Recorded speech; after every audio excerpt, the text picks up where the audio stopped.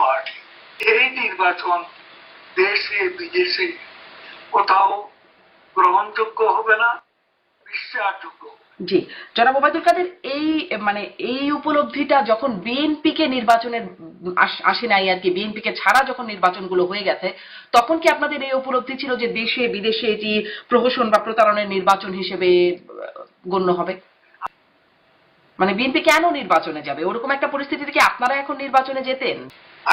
আধারে ভোটের কথা বল, আধারে ভোট কোথায় হয়েছে সেটা যদি প্রমাণ না থাকে, নির্বাচন কমিশনে যদি অভিযোগ না থাকে, আদালতে যদি অভিযোগ না থাকে, তাহলে আমি কি করে এটাকে মেনে নেব? জনাব ওবায়দুল কাদের, সবগুলোই ছিল। আপনি যদি দেখেন, গণমাধ্যমে এসেছে, বিবিসির গণমাধ্যমে এসেছে যে সকালবেলা গিয়ে ভোটের বাক্স ভরা দেখেছে। এই প্রতিবেদনটি বিবিসিতে এসেছে। আপনাদের নির্বাচন কমিশনের ওয়েবসাইট থেকে নির্বাচন, জনাব ওবায়দুল কাদের একটু বলি, এই অভিযোগগুলো আপনারা যেহেতু পান না, একটু বলি, এটি নির্বাচন কমিশনের ওয়েবসাইটে যে ফলাফল, পূর্ণাঙ্গ ফলাফল, সেখানে দেখা গেছে 213টি কেন্দ্রে শতভাগ ভোট পড়েছে, 96 থেকে 100% ভোট পড়েছে 1418টি কেন্দ্রে, 586টি কেন্দ্রে সবগুলো ভোট পড়েছে নৌকা প্রতীকে, অন্য প্রতীকে কোনো ভোট পড়ে নাই, যেটিকে আসলে তৎকালীন যে প্রধান নির্বাচন কমিশনার নুরুল হুদা, তিনিও এটিকে স্বাভাবিক নয় বলে মন্তব্য করেছিলেন। নির্বাচনে কি হয়েছে, কত ভোট পড়েছে, কত আসনে ভোট হয়েছে, কত বিনা প্রতিদ্বন্দ্বিতা হয়েছে, সেটা নিয়ে তো আপনার কোন নির্বাচনে বিশেষ আপনি করতে অক্ষম। কোন নির্বাচনে? আচ্ছা, 15ই ফেব্রুয়ারি নির্বাচনের একটা ফল তো তারপরে বিএনপি ভোগ করেছে, তার জন্য তো অনেক সমালোচনা বিএনপির আছেই। এখানে একটা inclusive, free and fair election যদি হয়, তখন জনগণের সমর্থনে কারা কত আসন পায়, সেটা তো নির্বাচন হলে তখনকার ব্যাপার। আর আমরা আওয়ামী লীগ আমাদের তো নিষিদ্ধ করে দিয়েছে, আমরা নিষিদ্ধ পার্টি। তো এখন নিষিদ্ধ পার্টি হিসেবে ইলেকশন কমিশনও আমাদের ইলেকশন করতে দেবেন। তো সেই অবস্থায় আমরা যদি নির্বাচন না করি, তাহলে বাংলাদেশে বেশিরভাগ জনগোষ্ঠীকে নির্বাচন থেকে বিরত রেখে যে এই নির্বাচন হবে, সেটা একেবারেই প্রহসনমূলক একটা নির্বাচন, প্রতারণামূলক একটা নির্বাচন। এই নির্বাচন দেশে বিদেশে কোথাও গ্রহণযোগ্য হবে না, বিশ্বাসযোগ্য। জি, জনাব ওবায়দুল কাদের, এই উপলব্ধিটা যখন বিএনপিকে নির্বাচনের আসে নাই আর কি, বিএনপিকে ছাড়া যখন নির্বাচনগুলো হয়ে গেছে, তখন কি আপনাদের এই উপলব্ধি ছিল যে দেশে বিদেশে এটি প্রহসন বা প্রতারণের নির্বাচন হিসেবে গণ্য হবে? আমরা তো কখনো বিএনপিকে বাদ দিতে চাই। বিএনপি নির্বাচনে অংশ না, সেটা তো আমাদের অপরাধ কোথায়। তারা নির্বাচনে অংশগ্রহণ করেন, এটা তাদের দলের সিদ্ধান্ত। কিন্তু বিএনপি নির্বাচন করতে পারে এমন তো আওয়ামী লীগ সরকারের পক্ষ থেকে বা তখনকার নির্বাচন কমিশন থেকে বিএনপিকে বাদ দিয়ে ইলেকশন হবে এমন কোন সিদ্ধান্ত তো ছিল না। কিন্তু বিএনপির তো নির্বাচনের প্রতি আস্থা ছিল না, নির্বাচনগুলো যেরকম হচ্ছিল তাতে তো আসলে আস্থা রাখবার মতো একটা পরিস্থিতি বিরোধী দলগুলোর ছিল না। সেক্ষেত্রে নির্বাচন করলেই বা কি হতো, যেমনটা 18তে হয়েছে। বিএনপি কেন নির্বাচনে যাবে, ওরকম একটা পরিস্থিতি থেকে আপনারা এখন নির্বাচনে যেতেন যদি নির্বাচনে যাওয়ার মতো? বিএনপি তো সেই নির্বাচন তো আইনসিদ্ধ করেছে। প্রেসিডেন্ট নির্বাচনে না ভোট 114% ভোটও পড়েছিল। সেই নির্বাচন তো আইনসিদ্ধ। 2001 সালে দেখেছি আমরা সকাল 11টার আগে ভোট শেষ। গুন্ডা গুন্ডা দিয়ে মাস্তান ব্যবহার করে এবং সরকারি নানা কলা কৌশল ব্যবহার করে নির্বাচন শেষ করে দেওয়া হয়েছে। নির্বাচন যাকে বলে সে নির্বাচন হয়েছে আসলে বিএনপির আমলে প্রহসনমূলক নির্বাচন। আর আপনাদের আমলে যেগুলো হয়েছে সেগুলো 14, 18, 24 মাগুরার যে নির্বাচন, জি, সেই নির্বাচনকে কি কেউ একটা ভালো নির্বাচন বলতে পেরেছে? একদমই না। বিএনপি আমলে 15ই ফেব্রুয়ারিতে যে প্রহসনের নির্বাচন এদেশের ইতিহাসে সবচেয়ে কলঙ্কজনক নির্বাচন হয়েছে, তো সেটা কি কোনো সঠিক নির্বাচন? বিএনপি এখানে এসব কথা বলে তো লাভ নেই। আজে আয়নায় নিজেদের চেহারাটা তারা দেখলে ভালো করে। জি, আপনারা মানে এখন যেহেতু আপনাদের পতন হয়েছে, সরকার পতন হয়েছে, আপনারা কি আপনাদের চেহারা আয়নায় দেখছেন? মানে সেই মাগুরা নির্বাচন বা 15 ফেব্রুয়ারি নির্বাচন তার অবশ্য আত্মবিশ্লেষণ আছে। হ্যাঁ, সেই আত্মবিশ্লেষণের নির্বাচনে কোনো সমস্যা আপনারা খুঁজে পান না? মানে আপনাদের কোনো দোষ ত্রুটি অপরাধ খুঁজে পান না? আমাদের সোল সার্চিং আছে। আমরা নিজেদের ভূমিকা কর্মকাণ্ডের মূল্যায়ন অবশ্যই আমরা করছি। জি, সেই মূল্যায়নের মধ্যে কি নির্বাচনে আপনাদের কি অবস্থা বা আপনারা কিভাবে নির্বাচনগুলো করেছেন, 3টি বিতর্কিত নির্বাচন, সেটি নিয়ে আপনারা মূল্যায়ন করছেন না? সব করছি, কিন্তু আমি যেগুলো বলছি সেগুলো কি আপনার ভালো লাগছে না, সেগুলো বাস্তবতা। আপনি আরেকটা বাস্তবতার কথা বলছেন, অতীতের কথা বলছেন। তো এখন আপনি অন্যকে দোষ দেবেন, আপনি নিজে ভালো থাকলে তো আরেকজনকে দোষ দিতে পারেন।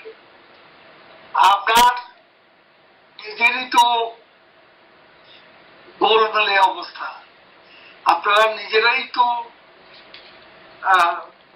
নির্বাচন করেছেন গণবিরোধী নির্বাচন, প্রহসনমূলক নির্বাচন। তারপরও আমি এই মুহূর্তে আমি কাউকে অপবাদ দিতে চাই না। আমাদের গণতন্ত্রের পথে অগ্রযাত্রায় আমরা মিনিমাম পয়েন্টে ম্যাক্সিমাম ঐক্যবদ্ধ থাকবো এমন একটা মানসিকতা আমাদের সকলেরই থাকা উচিত। জি, আজকে মুক্তিযুদ্ধের সপক্ষে যারা আছে, স্বাধীনতার আদর্শে যারা বিশ্বাস করে, তাদের সাথে আমাদের অনেক বিষয়ে আদর্শগত বিরোধ থাকতে পারে, কিন্তু কিছু কিছু বিষয়ে কমন পয়েন্ট আছে যেগুলো ম্যাক্সিমাম ইউনিটি করার পথে সহায়ক হতে পারে, সেগুলো আমরা সাপোর্ট করি। জি, এই ম্যাক্সিমাম ইউনিটিটা কার সাথে? নির্বাচন প্রসঙ্গটা আরেকটু রয়ে গেল, কিন্তু ম্যাক্সিমাম ইউনিটিটা আপনারা কার সাথে বলছেন? ইউনিটিটা যারা আসতে চায়, যা আমি তো বললাম মুক্তিযুদ্ধের মূল্যবোধ, স্বাধীনতার আদর্শ।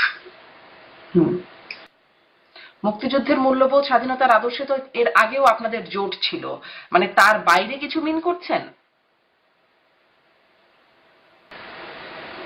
যারা বাইরে আছেন অথবা যারা এখন নতুন বাস্তবতায় হিসেব নিকেশে তারা যদি মূল্যায়নটা যথাযথভাবে করে তাহলে এটা তো ভিন্ন কথা।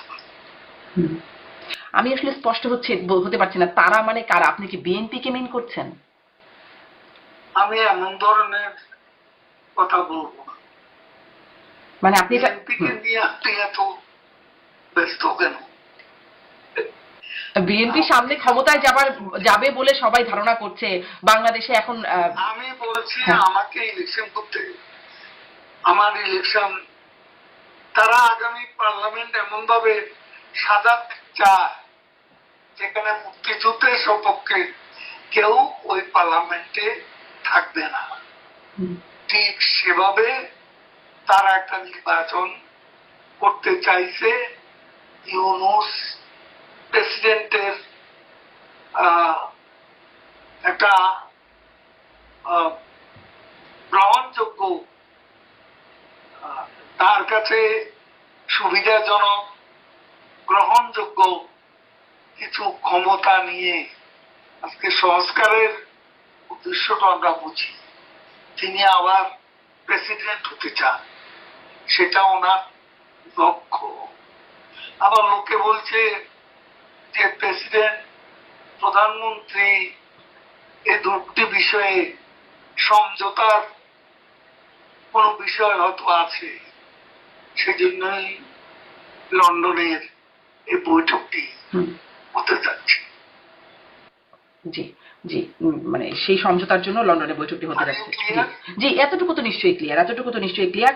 কিন্তু নির্বাচন নিয়ে যে তিনটি বিতর্কিত নির্বাচন, আপনি বলছিলেন অতীতের নির্বাচন গেলে সেই প্রশ্নগুলোর কথা আপনি বলছিলেন, বিতর্কগুলোর কথা বলছিলেন, কিন্তু তিনটি যে নির্বাচন আপনাদের সময় হলো, সেই নির্বাচনের দায় কি আপনারা নেন? সেই নির্বাচন বিতর্কিত, সেই নির্বাচনও দেশে বিদেশে বিতর্কিত। কোন নির্বাচন? 14, 18, 24। 14, 18 এবং 24। 2014, 2018, 2024। 2008 নির্বাচন মোটা দাগে গ্রহণযোগ্য নয় কি? জি, মোটা দাগে, যদিও সেটি নিয়ে অনেকে প্রশ্ন তোলেন, কিন্তু মোটা দাগে একটা গ্রহণযোগ্যতা, এমনকি বিএনপির লোকেরাও বলেছেন তখন। তাহলে এই নির্বাচনটা তো আমরা গ্রহণযোগ্য করেছি। এটা তত্ত্বাবধায়ক সরকারের সময় হয়েছিল। 14, 18 আপনার কি মনে আছে? প্রধানমন্ত্রী গণভবনে বেগম জিয়াকে আমন্ত্রণ করেছিল। জি। তিনি কি এসেছিলেন? না। উল্টো গালিগালাজ করেছে, অকথ্য ভাষা। বেগম জিয়ার ছেলে মারা গেছে, সে কোকর মৃত্যুর পর প্রধানমন্ত্রী তার বাসায় খবর দিয়ে গুলশানে গিয়েছে। বাইরের দরজা বন্ধ, ভেতরের দরজা বন্ধ, তাকে ঢুকতে দেওয়া হয়। কিন্তু তাই বলে গ্রহণযোগ্য নির্বাচনের অধিকার থেকে, মানে কোন রাজনীতি? আপনি সেটা বলতেই পারেন জনাব ওবায়দুল কাদের। ঘরের দরজা জি বন্ধ না হতো, সংলাপের দুয়ারও এদেশে এইভাবে বন্ধ হওয়ার কথা ছিল। ঘরের দরজা বন্ধ করে বিএনপি সংলাপের দরজা বন্ধ করেছে। জি, এবং তারপর তারা আপনারা আর সংলাপের দরজাটা খুললেন না, কিন্তু দোষটা জারি হোক। আপনি বলছেন বিএনপি, জি আপনি বলছেন আপনি আমাকে আপনার ঘরে ঢুকতে দিলেন না, আপনি আমাকে ঘরে ঢুকতে দিলেন না, সমবেদনা জানাতে দিলেন না, সেটা কি আমি বলবো না? সেটা কি অসত্য? 2018 সালের নির্বাচন নিয়ে কথা বলতে পারেন, কিন্তু প্রমাণ তো যারা অভিযোগ করেন তারা কোনো প্রমাণ তো দিতে পারে। একটা পার্টিকুলার সংসদ এলাকা নির্বাচন যদি খারাপ নির্বাচন হোক, রাতের আধারে ভোটের কথা বল, আধারে ভোট কোথায় হয়েছে সেটা যদি প্রমাণ না থাকে, নির্বাচন কমিশনে যদি অভিযোগ না থাকে, আদালতে যদি অভিযোগ না থাকে, তাহলে আমি কি করে এটাকে মেনে নেব? জনাব ওবায়দুল কাদের, সবগুলোই ছিল। আপনি যদি দেখেন গণমাধ্যমে এসেছে, বিবিসির গণমাধ্যমে এসেছে যে সকালবেলা গিয়ে ভোটের বাক্স ভরা দেখেছে, এই প্রতিবেদনটি বিবিসি তে এসেছে। আপনাদের মানে নির্বাচন কমিশনের ওয়েবসাইট থেকে নির্বাচন, জনাব ওবায়দুল কাদের একটু বলি, এই অভিযোগগুলো আপনারা যেহেতু পান না, একটু বলি, এটি মানে নির্বাচন কমিশনের ওয়েবসাইটে যে ফলাফল, পূর্ণাঙ্গ ফলাফল, সেখানে দেখা গেছে 213টি কেন্দ্রে শতভাগ ভোট পড়েছে, 96 থেকে 100% ভোট পড়েছে 1418টি কেন্দ্রে, 586টি কেন্দ্রে সবগুলো ভোট পড়েছে নৌকা প্রতীকে, অন্য প্রতীকে কোনো ভোট পড়ে নাই, যেটিকে আসলে তৎকালীন যে প্রধান নির্বাচন কমিশনার নুরুল হুদা, তিনিও এটিকে স্বাভাবিক নয় বলে মন্তব্য করেছিলেন। নির্বাচনে কি হয়েছে, কত ভোট পড়েছে, কত আসনে ভোট হয়েছে, কত বিনা প্রতিদ্বন্দ্বিতা হয়েছে, সেটা নিয়ে তো আপনার কোনো কোন নির্বাচনে? বিশেষ আপনি করতে অক্ষম। কোন নির্বাচনে? 15ই ফেব্রুয়ারি। আচ্ছা, 15ই ফেব্রুয়ারি নির্বাচনের একটা ফল তো তারপরে বিএনপি ভোগ করেছে, তার জন্য তো অনেক সমালোচনা বিএনপির আছেই। কিন্তু যেই নির্বাচনগুলোর কারণে পরবর্তীতে মানে একটার পর একটা নির্বাচন, 14, 18, 24, একটার পর একটা নির্বাচনে মানুষ যে তার মানে প্রাপ্য ভোটাধিকার থেকে বঞ্চিত হচ্ছিল, এর দায় কি আপনারা নেবেন কিনা? 15ই ফেব্রুয়ারির দায় বহুবার বিএনপিকে দেওয়া হয়েছে। এটা কোনো অভিযোগ তো ছিল না, বিএনপিকে দেয়া হয়েছে, বিএনপি কি দায় স্বীকার করেছে? তাহলে আমাকে কেন বলছেন দায় স্বীকার? মানে বিএনপি যা করবে আপনারাও তাই করবেন? অবশ্যই আছে, হ্যাঁ, সেটা সময় মতো আমরা প্রকাশ করব। কিন্তু মানুষ আসলে মানুষের আপনারা জনগণের রাজনীতি করেন, জনগণ। আমরা জনগণের রাজনীতি করি, যা বলবো জনগণকে, আচ্ছা সেটা দেশের মাটিতে বলবো, আচ্ছা, সময় আসলে বলবো। আমরা তো এখন কোথাও দাঁড়াতেই পারি। তার মানে এটা স্পষ্ট হলাম যে আপনারা এই 3টি নির্বাচনে আপনারা কোনো দায় এখন পর্যন্ত স্বীকার করছেন না, ভবিষ্যতে স্বীকার করবেন কিনা সেটা আপনারা চিন্তা করবেন। এটাই কি সামারি? আমি এ ধরনের কথা বলি।